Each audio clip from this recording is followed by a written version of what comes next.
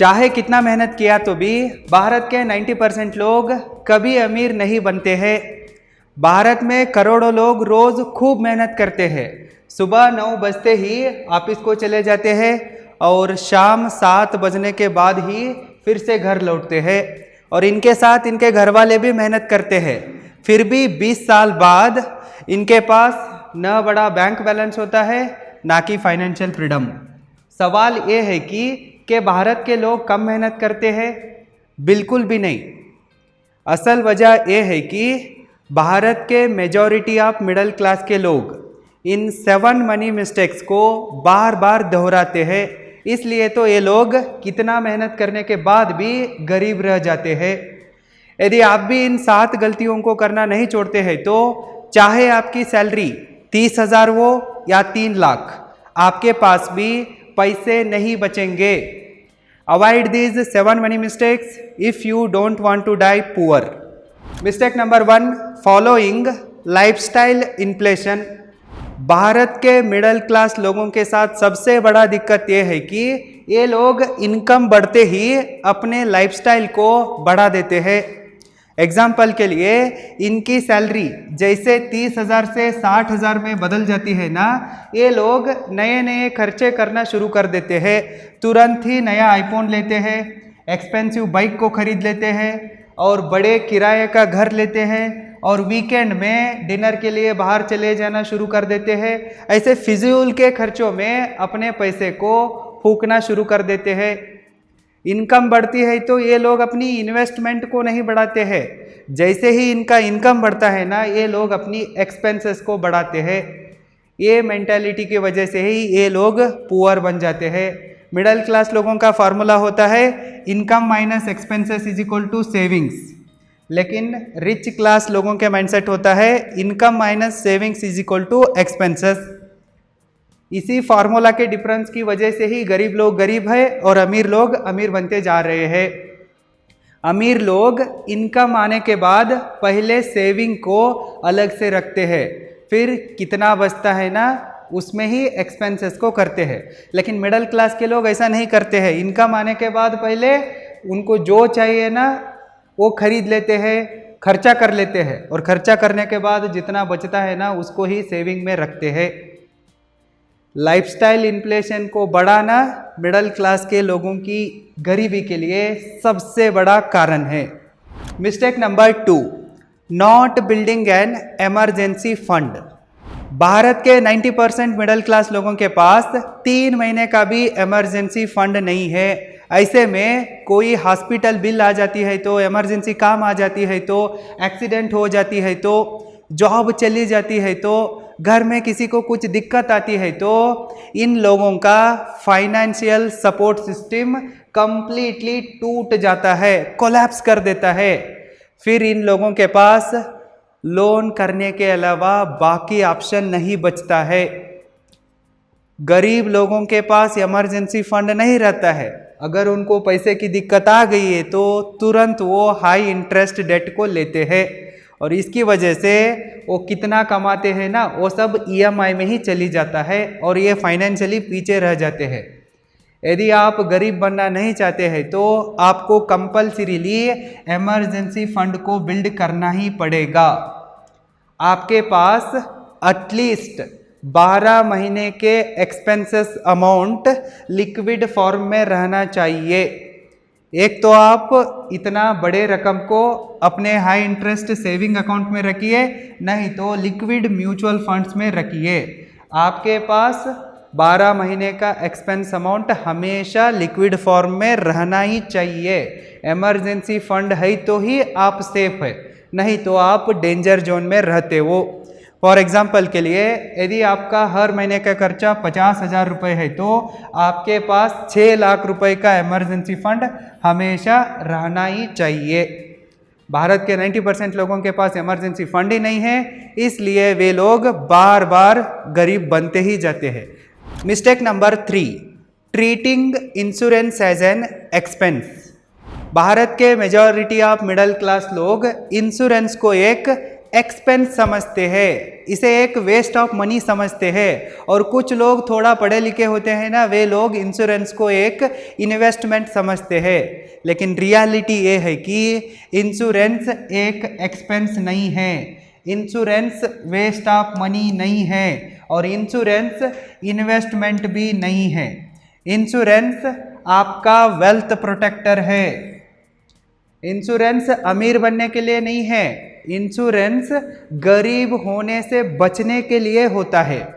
अगर आप गरीब बनना नहीं चाहते हैं तो आपके बाद आपके फैमिली सड़क पर आना नहीं चाहते हैं तो आप तुरंत एक अच्छा हेल्थ इंश्योरेंस को और एक टर्म लाइफ इंश्योरेंस को बाय कीजिए। इंश्योरेंस आपके इनकम के लिए प्रोटेक्शन है। घर में एक ही बंदा कमाता रहता है, अगर वो मर गया तो बाकियों का जिंदगी सड़क पर आ जाती है। इंश्योरेंस एक वेल्थ प्रोटेक्टर है और इस रक्षा कवच को जल्दी परचेस कीजिए। Mistake number 4, burning money to prove status. भारतीय लोगों में एक सबसे खतरनाक बीमारी है, क्या कहेंगे 4 लोग। ये हमेशा 4 लोगों के सामने दिखावा करने के लिए मरते हैं। हमारा स्टेटस इतना है, हम भी रिच है, ऐसे प्रूव करना चाहते हैं।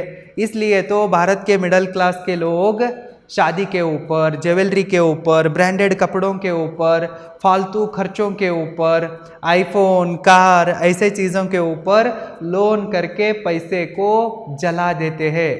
और ये फेक रिच लाइफस्टाइल को मेंटेन करने के चक्कर में ही बड़े बड़े लोन को लेते हैं और ईएमआई को भरते, ऐसे ही गरीब बन जाते हैं।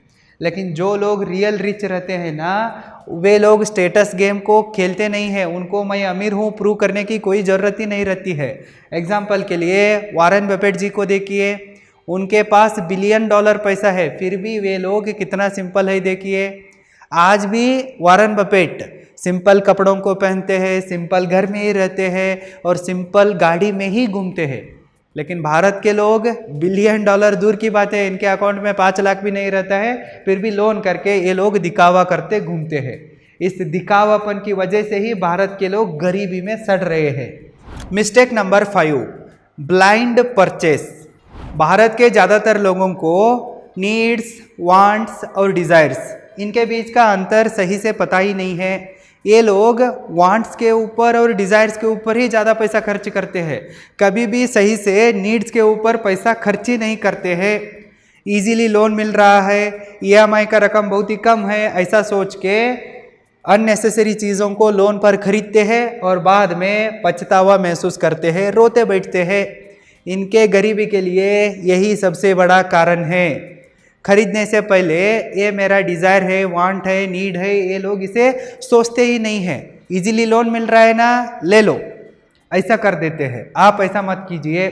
जब भी आपको कुछ भी महंगी चीज़ें खरीदना होता है ना, तब आप वेविंग स्केल अप्रोच को फॉलो कीजिए।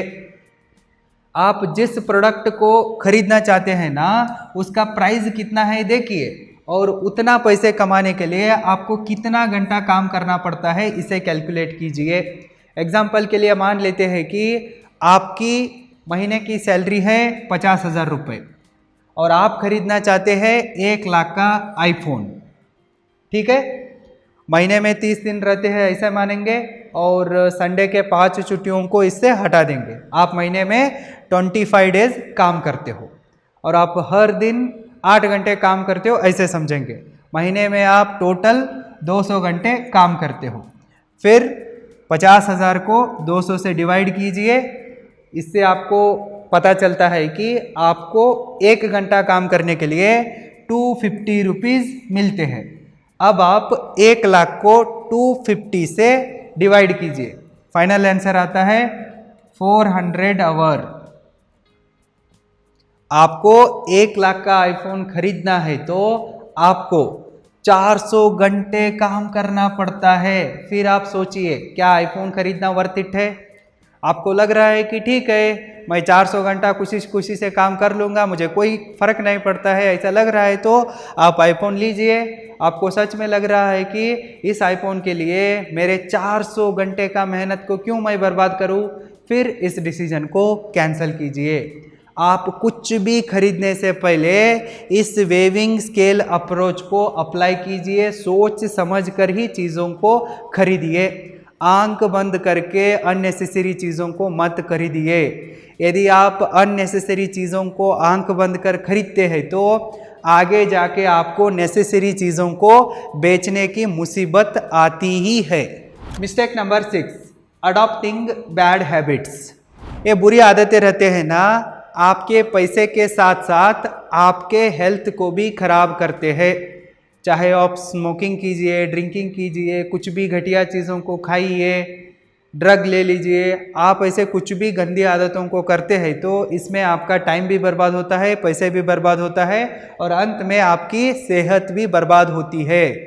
बैड हैबिट करने से हेल्थ और वेल्थ दोनों भी खराब होते हैं।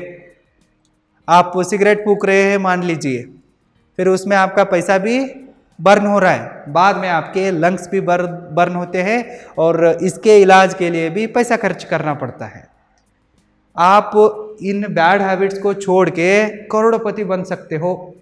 मैं भी पहले सिगरेट फूंकता था, लेकिन जब मुझे पता चला ना सिगरेट छोड़ने से मैं करोड़पति बन सकता हूँ, तब मैं सिगरेट फूंकना छोड़ दिया। आप भी सिगरेट फूंकना छोड़ के करोड़ों कमा सकते हो। मैं बताता हूँ, भारत में सिगरेट का एवरेज प्राइस कितना है, थोड़ा मार्केट में रिसर्च कीजिए, तब आपको पता चलता है कि भारत में 12 रुपये से लेके 25 रुपये तक भी सिगरेट मिलते हैं। हम तो रॉयल इंसान हैं, हम तो कॉस्टली फूकेंगे ऐसा समझेंगे। आप हर दिन 5 सिगरेट फूकते हैं तो दिन का खर्चा कितना होता है? 5 × 25 125 रुपीज़ पर डे होता है। फिर 125 × 30 कितना होता है? 3750 रुपीज़ पर मंथ। आप हर महीने 3750 रुपये सिगरेट फूकने में वेस्ट कर रहे हो। यदि आप इसी पैसे को हर महीने SIP में इन्वेस्ट करते हैं तो 12% इंटरेस्ट रेट के साथ अगले 30 साल के लिए, 30 साल के बाद आपका इन्वेस्टमेंट अमाउंट होता है 13.5 लाख और इससे आपको एक्सपेक्टेड रिटर्न मिलती है 1.31 करोड़। आप सिगरेट फूकना छोड़ते हैं तो अगले 30 साल के लिए जब आप 50 के 60 के हो जाते हो ना, तब आपके पास 1 करोड़ रुपए से भी ज़्यादा रकम रहती है। आप सिगरेट फूकना छोड़ के, बैड हैबिट्स को छोड़ के अपने सेहत को भी बचा सकते हैं और वेल्थ को भी क्रिएट कर सकते हैं।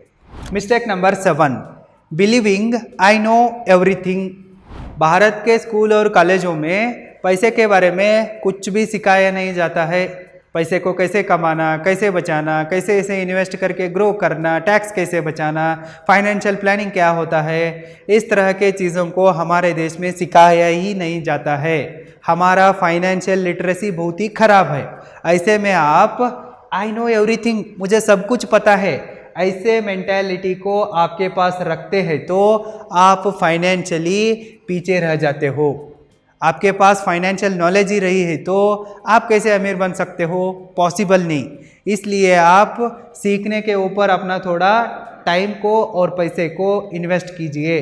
किताबों से दोस्ती कीजिए, हर तरह के फाइनेंशियल बुक्स को पढ़ना शुरू कर दीजिए, साथ में फाइनेंस कोर्सेस को ज्वाइन करके भी सीखिए। यदि आप पैसे के बारे में बेसिक टू एडवांस्ड लेवल सब कुछ सीखना चाहते हैं तो आप अभी roaringbusinessschool.com को विजिट कीजिए और मेरे online ultimate money management course में एनरोल कीजिए। फाइनेंशियल एजुकेशन को इग्नोर मत कीजिए। यदि आप इग्नोर करते हैं तो बाकी मिडिल क्लास लोगों की तरह गरीबी रह जाते हो। इन 7 मनी मिस्टेक्स के कारण भारत के 90% लोग कभी अमीर नहीं बनते हैं। यदि आप अमीर बनना चाहते हैं तो इन 7 मनी मिस्टेक्स को अवॉइड कीजिए और अमीर बन जाइए। All the best.